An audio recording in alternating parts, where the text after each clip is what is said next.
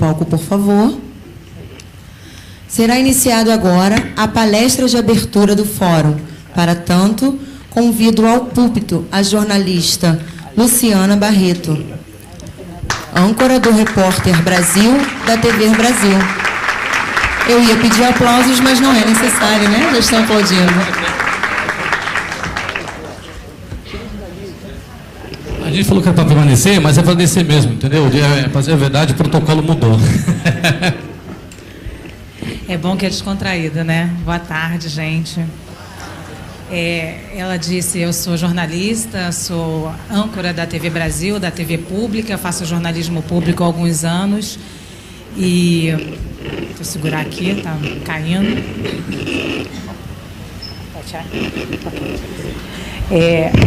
Âncora da TV Brasil, faço jornalismo público há alguns anos e também sou ativista na área de direitos humanos, ativista da questão racial e estudiosa dessa questão. Primeiro, eu queria saudar a todos, dizer que é um fórum muito bonito e uma observação que assim que eu cheguei eu fiz, né? Aqui com o José, falei assim, é muito difícil a gente encontrar algo tão organizado e com tanto dinheiro empregado quando a gente vai falar de diversidade. Eu ando por aí pelo Brasil, às vezes até fora do Brasil, falando de diversidade, e é um tema que as pessoas não dedicam muito tempo, infelizmente, não dedicam principalmente o dinheiro e profissionalismo. Então, está de parabéns aqui o IBMR, a Prefeitura e os organizadores do evento. Eu sei que muita gente aqui está passando mais dificuldade agora com a questão de emprego, talvez muitas pessoas aqui estejam mais presas à questão de empregabilidade, mas eu agradeço a oportunidade de estar aqui e falar algumas palavras nesse momento em relação a outra situação muito delicada do Brasil, que é a diversidade. E como nós estamos lidando com a diversidade, principalmente na atual conjuntura do Brasil. Eu escrevi umas palavras, eu não sou de escrever mesmo, eu falo livremente, mas eu decidi escrever para a gente controlar um pouco do tempo dessa abertura e dar tempo da gente até, de repente, talvez, se a organização permitir, fazer uma ou outra pergunta sobre o tema. Eu decidi escrever essa abertura para esse nosso encontro porque eu pensei que precisamos de uma análise um tanto mais concreta para falar sobre diversidade em um momento de crescente ódio ao diferente. Nos últimos 2 anos, eu venho me dedicando a uma pesquisa de mestrado que investiga o aumento de casos e como se articula o discurso de ódio nas redes sociais. E eu jamais imaginei que o objeto da minha pesquisa seria uma análise tão constante e urgente. Jamais. Quando eu comecei a pensar isso há 3 anos, eu não imaginava que a gente teria chegado ao que eu acho que já é o auge do discurso de ódio. Familiares brigando, redes sociais em polvorosa e um momento muito triste da nossa história. A ideia da pesquisa nasceu depois de uma viagem aos Estados Unidos, ainda no fim do governo Barack Obama. Lá eu pude conhecer um projeto chamado Teach Tolerance. É uma plataforma com uma vasta programação de ensino e apoio aos professores para combater o discurso de ódio nas escolas do estado do Alabama, que é o berço do movimento dos direitos civis. Lá, desde muito pequenos, as crianças recebem material didático para respeitar as diferenças. Os professores são treinados para lidar com os alunos de diferentes nacionalidades, de culturas e costumes também diferentes. Eles recebem material impresso em casa, eles têm exercícios disponíveis online através dessa plataforma. Eles têm um museu, lá nesse museu eles aprendem sobre as consequências da intolerância e o que a intolerância trouxe para a nossa história e para alguns povos. Isso que não deve ser esquecido. A secretária está aqui também, a gente tem um projeto de museu, né, no Museu da Escravidão e Liberdade, que também é um projeto semelhante para lembrar, para a gente não esquecer os horrores dos 350 anos de escravidão no nosso país. Voltei encantada ao Brasil, né, decidi começar algo semelhante aqui, porque acreditava que as redes sociais jogaram holofotes sobre uma crise de valores no Brasil. A gente tem uma tensão racial constante, por exemplo. E isso traz uma crise de valores.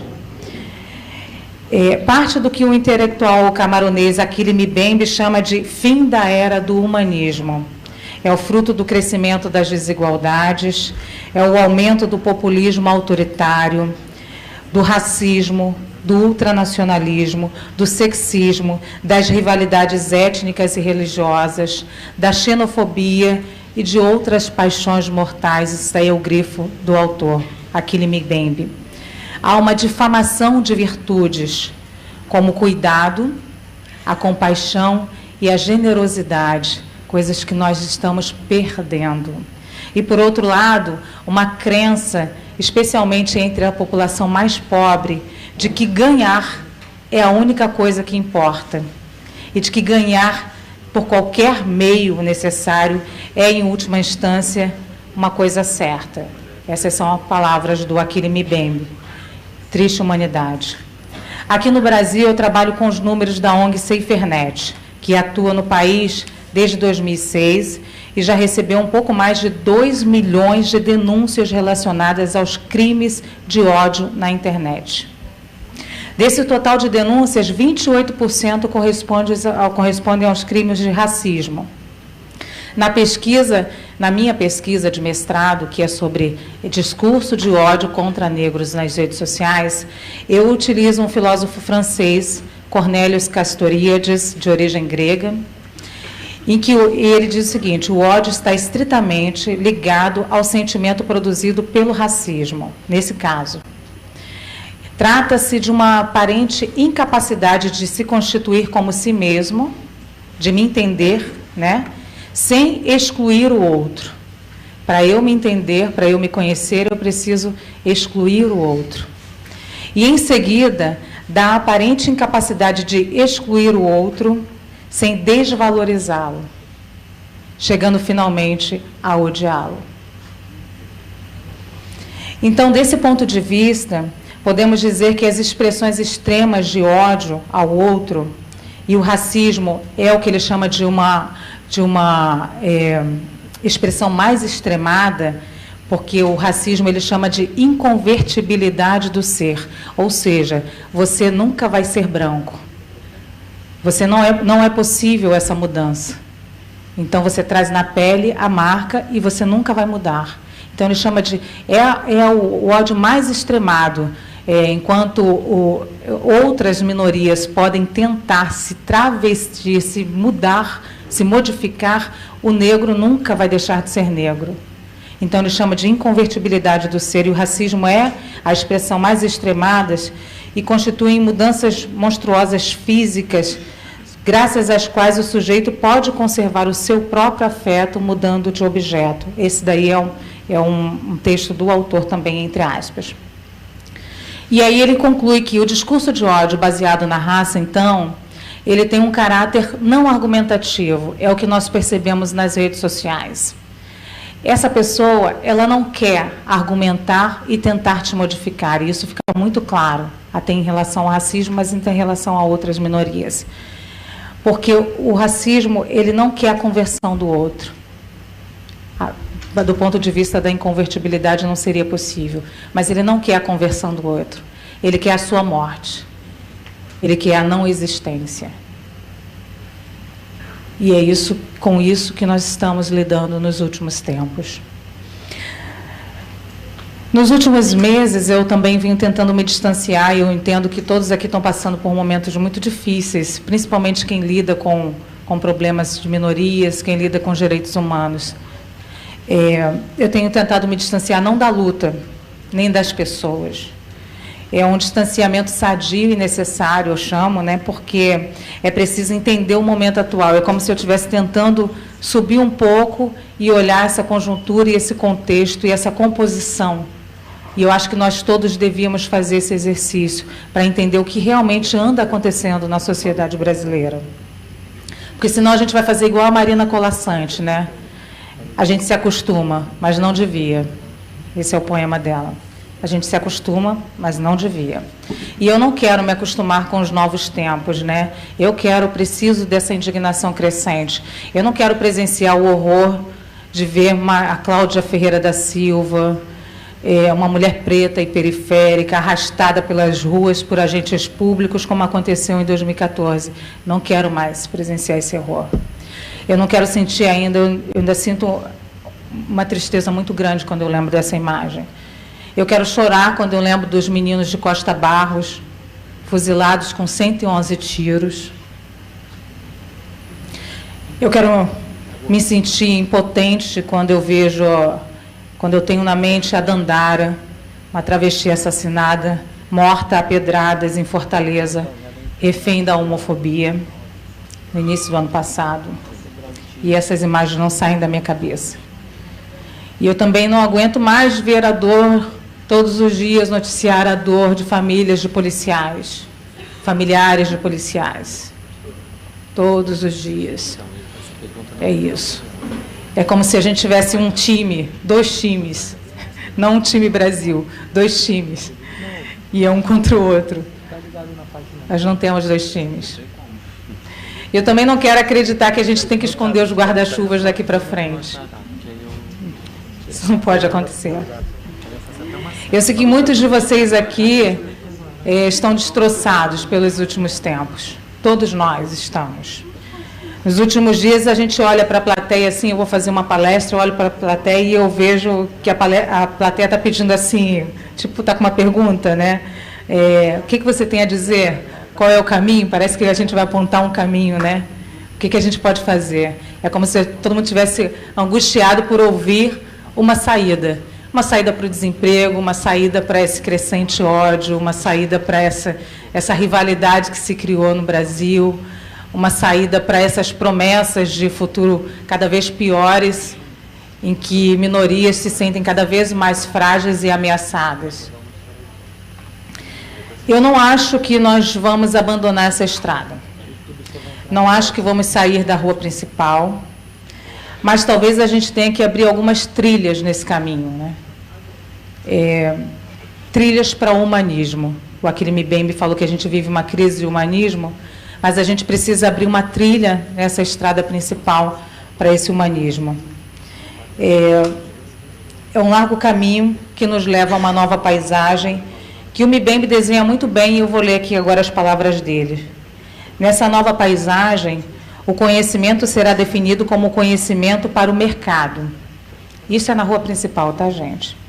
O próprio mercado será reimaginado como o mecanismo principal para a validação da verdade. Como os mercados estão se transformando cada vez mais em estruturas e tecnologias algorítmicas, o único conhecimento útil será o algoritmo. Em vez de pessoas com corpo, história e carne, inferências e estatísticas serão tudo o que conta. As estatísticas e os outros dados importantes serão derivados principalmente da computação. Como resultado da confusão de conhecimento, tecnologia e mercados, o desprezo se estenderá a qualquer pessoa que não tiver nada para vender. É um quadro, uma paisagem muito triste que o Mbembe trata aqui, e ele traça e desenha, mas é algo que a gente está acompanhando como muito real nos dias de hoje, já muito cotidiano, muito contemporâneo. A gente vive em função desse algoritmo e a gente está se deixando levar por isso. Nos últimos anos, nós alargamos uma estrada que foi aberta com as custas de muito sangue dos nossos. Considerando o movimento negro, por exemplo, foram décadas no período republicano, desmistificando, brigando e batendo para desconstruir o mito da democracia racial. E ele ainda existe aí no imaginário de algumas pessoas, às vezes escondido, às vezes ele vem para a estrada principal de novo. O movimento negro, e aqui um salve para Abdias Nascimento, o Movimento Negro Unificado, MNU, lutou pela inclusão de políticas públicas em pauta nacional. Entre 2005 e 2015, com a implementação de ações afirmativas, por exemplo, como as cotas raciais, o percentual de negros quase dobrou nas universidades. Saltou de 5,5% para 12,8% de pretos e pardos na academia. Programas como o ProUni forneceram bolsas em universidades, fez com que os alunos pobres entrassem em universidades privadas, e o número passou de 0,8% para 4% nas universidades privadas. E, no mesmo período, a escolaridade média do brasileiro subiu, a taxa de analfabetismo para a gente seguir. Vou pular alguns números aqui só para a gente ganhar um pouquinho mais de tempo. Nas 2 últimas décadas, também, várias bandeiras do movimento LGBTI saíram do papel. O STF, por exemplo, reconheceu a união homoafetiva como uma relação familiar. Os casais gays adotaram seus filhos. Transsexuais fizeram mudanças de sexo pagas pelo SUS. E isso daí é inclusão. Isso é caminho de política pública, isso é fruto de discussão e isso é fruto de um movimento organizado. Organizado que colocou em pauta e cobrou. Assim como hoje temos um seminário organizado, uma pauta, e a gente está se articulando para essas cobranças. Vemos ainda pessoas com deficiência despontando no mercado de trabalho. Domésticas, em sua maioria mulheres, conquistaram direitos trabalhistas. Isso é importante. Existe um dado do professor Marcelo Paixão, da UFRJ, que mostra que o número, por exemplo, de domésticas, o percentual de domésticas negras no início do século agora, desse último século, era muito semelhante ao fim do século XIX, no período pós-abolição, no período pré-abolição. O trabalho doméstico continuava sem o mesmo reconhecimento até os dias atuais. Uma parcela que faz com que a parcela de mulher preta e pobre continue lá embaixo, no chão da pirâmide. A gente está falando de uma pirâmide, mas existe alguém que habita o chão da pirâmide, que é a mulher preta, que tem os piores indicadores sociais deste país, econômicos. Ela convive com o que a gente chama de interseccionalidade, por exemplo. A mulher preta, ela precisa conviver com o machismo, com esses indicadores, piores indicadores sociais, e também com o racismo. Toda vez que a gente fala que um jovem negro é assassinado a cada 28 minutos nesse país, a gente está falando que tem uma mãe ou uma irmã preta chorando. Esses números são dramáticos, porque o país, o Brasil, é campeão de homicídios. E a gente não consegue sensibilizar a população brasileira para o drama que é extermínio de jovens negros e a falta de sensibilidade da população, principalmente construída por uma mídia que desensibiliza, destrói a empatia com a população em relação à questão étnica no Brasil. Você não consegue sensibilizar a população para essa problemática. Mas nós, ainda assim, apesar desses avanços dos últimos tempos, nós continuamos morrendo, como eu disse. E qual é o nosso papel nesse contexto? A gente costuma dizer, resistiremos. Mas como resistiremos? Qual é o caminho dessa resistência, né? Muita gente falou em resistência. Eu sei que eu tracei um quadro aqui não muito otimista em relação ao Brasil hoje, mas eu acredito que nós temos um caminho, sim. Não é nada novo. Não inventei a roda. Dessa vez, eu acho que a gente precisa criar uma nova crise, né? O Mandela diz que se a gente aprende a odiar, é possível ensinar a amar, né? Ele sempre diz isso. Eu acho que a gente precisa de uma nova crise. A gente precisa de uma crise de empatia.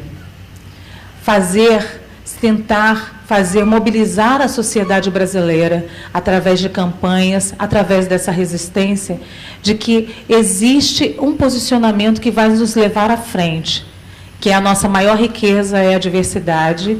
E a empatia, se colocar no lugar do outro e entender essa diversidade, é o que vai fazer com que a gente avance nos próximos tempos, né? E aí a gente precisa cobrar a empatia, dar empatia e cobrar a empatia do outro, do próximo, das empresas, de quem está do lado, da família. O tempo inteiro a gente tem que forçar essa crise de empatia. Porque eu sempre digo isso, entendam que racismo, a pauta antirracista, diz respeito a todo brasileiro. O Brasil é um país racista, fato. A nossa justiça é racista, fato, né? E a gente precisa entender que o racismo não é algo para ser dito só pelo negro, é pelo branco. A pauta antirracista precisa do engajamento do branco no Brasil. Ele precisa ser constrangido a entender que ele precisa ingressar na pauta antirracista. Se o protagonismo de fala é nosso, porque a gente sofre o racismo diretamente, a luta antirracista tem que ser de todos, principalmente a população branca, quando ela comete o racismo. Então, ela é agente no racismo. Ela não pode estar ausente nessa discussão. A pauta antirracista não precisa dizer, você não precisa falar, isso daí é coisa para os negros.